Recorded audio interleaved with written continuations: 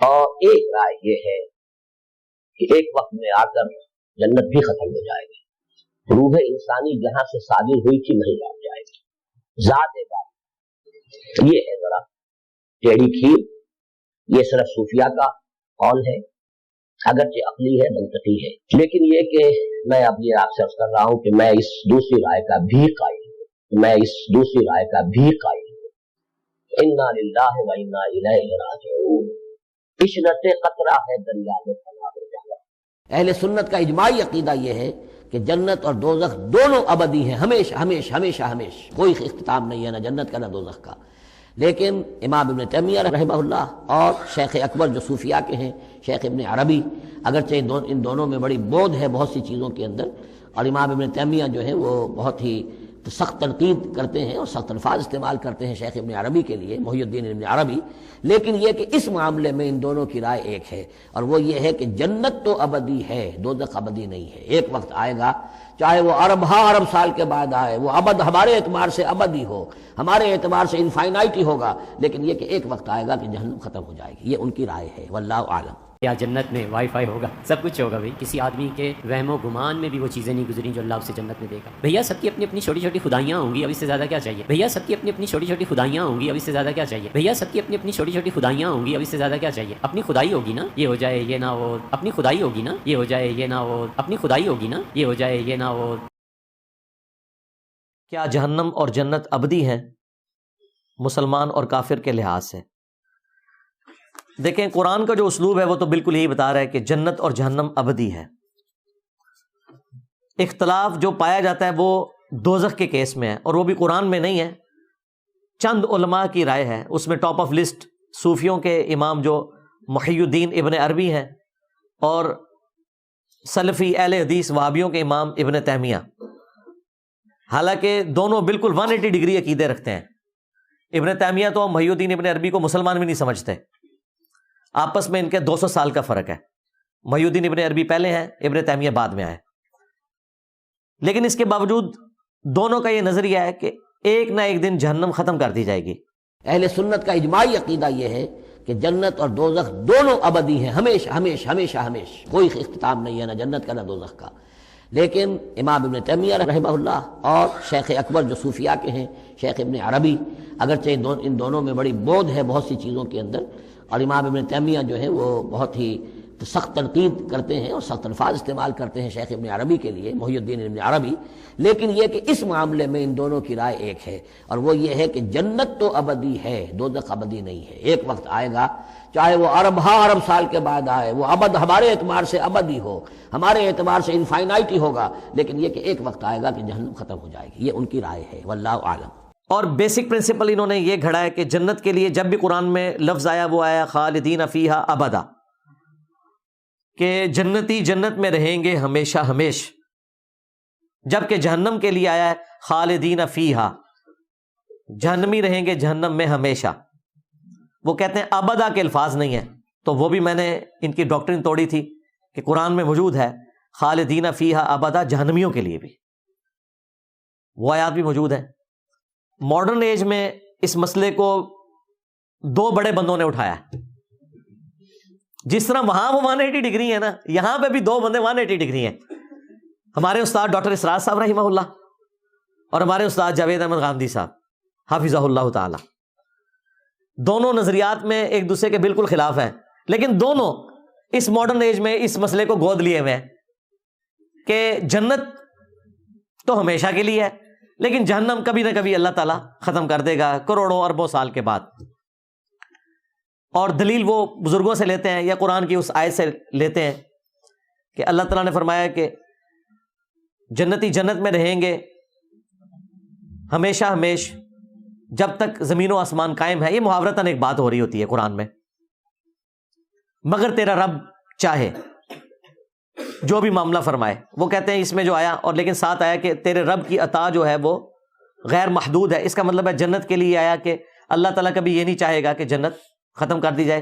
جہنم کے لیے جو ہے وہ اس طرح کے الفاظ نہیں آئے ہیں، اس لیے جہنم کے چانسز ہیں کہ ختم ہو جائے۔ تو یہ کورالٹیز بنا کے انہوں نے اس طرح کے رزلٹ نکالے ہیں۔ بل ایک بات جو ہے نا وہ غامدی صاحب کی بڑی وزنی ہے اس عقیدے کے اعتبار سے نہیں، لیکن اس میں بیان کرتے ہوئے انہوں نے ایک بات بڑی زبردست کی تھی کہ جنت اللہ تعالیٰ کا وعدہ ہے جو اس نے پورا کرنا ہے اہل ایمان کے ساتھ، کیونکہ اللہ تعالیٰ اپنے وعدے کی خلاف ورزی نہیں کرتا. اور یہ بات قرآن میں بار بار اس لیے ریپیٹ ہوئی کہ دنیا میں ایسا ہو جاتا ہے کہ کسی شخص کو اس کی محنت کا پھل نہ ملے، تقدیر غالب آ جائے اور رزلٹ بالکل اپوزٹ آ جائے. آخرت میں ایسا نہیں ہوگا کہ دنیا میں کسی شخص نے صحیح عقیدہ رکھا، اچھے اعمال کیے اور رزلٹ اپوزٹ آ گیا. اگر ریاکاری کی، شرک کیا، وہ تو ظاہر دنیا میں ہی پتا ہے کہ اس کا کوئی اجر نہیں ملنا. اس لیے اللہ تعالیٰ آخرت کے بارے میں کہتا ہے کہ وہاں پر بیڈ لک نہیں ہوگی کسی کے ساتھ.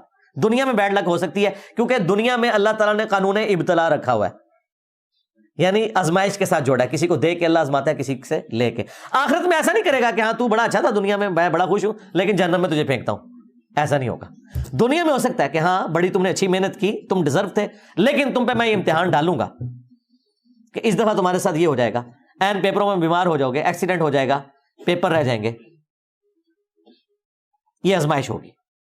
اسی لیے اللہ تعالیٰ کو قرآن میں بار بار یہ اعلان کرنا پڑا کہ اللہ تعالیٰ اپنے وعدے کی خلاف ورزی نہیں کرتا، کہ کوئی شخص اس وسوسے کا شکار نہ ہو جائے کہ جس طرح دنیا میں بیڈ لک ہوئی تھی کہیں آخرت میں بھی نہ ہو جائے. آخرت کے معاملے میں بیڈ لک نہیں ہونی. جو شخص بھی اپنے رب کے ساتھ کمیٹڈ رہا ہے، آخرت کی ہمیشہ کی کامیابیاں اس کا مقدر ہونے والی ہیں انشاءاللہ تعالیٰ. یہ بات یاد رکھیے گا. بلغامدی صاحب نے اس کے ساتھ ایک چیز ایڈ کی کہ جنت تو اللہ کا وعدہ ہے لیکن جہنم اللہ کا وعدہ نہیں ہے، وہ اللہ کی وعید ہے. اگر اللہ تعالیٰ جنت نہیں دیتا نا تو وعدہ خلافی کرتا ہے. جو وعدہ خلافی کرتا ہے وہ خدا نہیں، اور جو خدا ہے وہ وعدہ خلافی نہیں کرتا. جو جھوٹ بولے وہ خدا نہیں، اور جو خدا ہے وہ جھوٹ نہیں بول سکتا. لیکن جہنم وعدہ نہیں ہے کہ جو یہ کرے گا میں اسے جہنم دوں گا انشاءاللہ، اس میں وہاں اس کا بڑا اکرام ہوگا، بلکہ وہ اللہ کی دھمکی اور وعید ہے. تو وہ تو اس کا اختیار ہے کہ ٹھیک ہے تو قابل تو اس کے تھا لیکن چل تجھے معاف کیا. اب اس میں تو اللہ کو کوئی نہیں پوچھ سکتا، نہ وعدہ خلاف کہہ سکتا ہے، کیونکہ وہ اپنے کسی وعدے سے پیچھے نہیں ہٹا. جو سزا دینی تھی وہ اس نے معاف کر دی. ہاں جو انعام دینا تھا اس سے اگر پیچھے ہٹتا ہے تو وعدہ خلافی کرتا ہے، وہ خدا نہیں رہتا پھر. اس لیے وہاں پہ تو ایسا نہیں ہوگا. لیکن یہ تو اس کا اختیار ہے نا.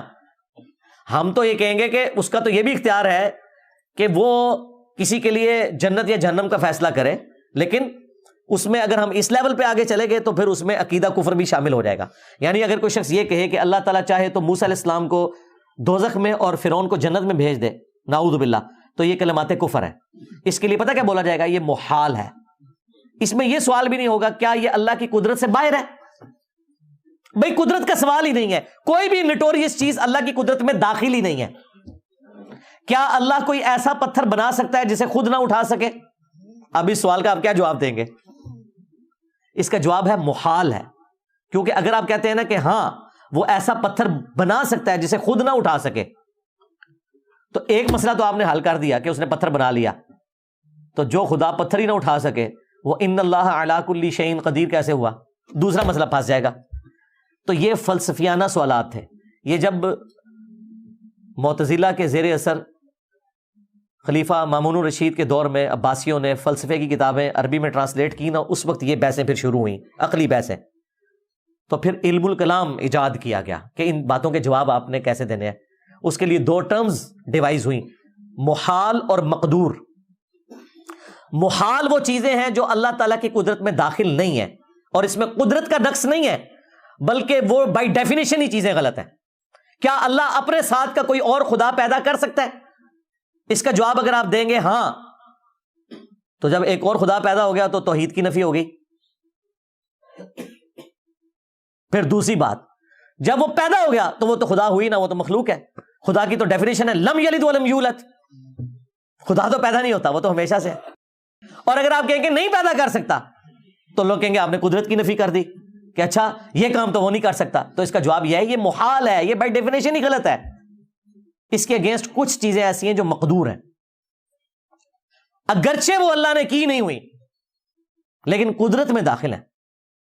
مثلا کیا اللہ اس بات پر قادر ہے کہ زمین سے کوئی ایسی سیڑھی بنائے کہ ہم آسمان پہ چڑھ جائیں؟ ہم کہیں گے کہ ہاں اللہ تعالیٰ ایسی سیڑھی بنا سکتا ہے. اگلا سوال وہ کرے کہ وہ سیڑھی کی طرح، ہم کہیں گے بنائی نہیں ہے لیکن بائی ڈیفینیشن ان اللہ علی کل شیء قدیر کے تحت وہ اس چیز کے اوپر قادر ہے، اگرچہ وہ کام ابھی اس نے نہیں کیا لیکن قدرت میں داخل ہے۔ کیا اللہ تعالیٰ اس بات کے اوپر قادر ہے کہ بغیر شادی کے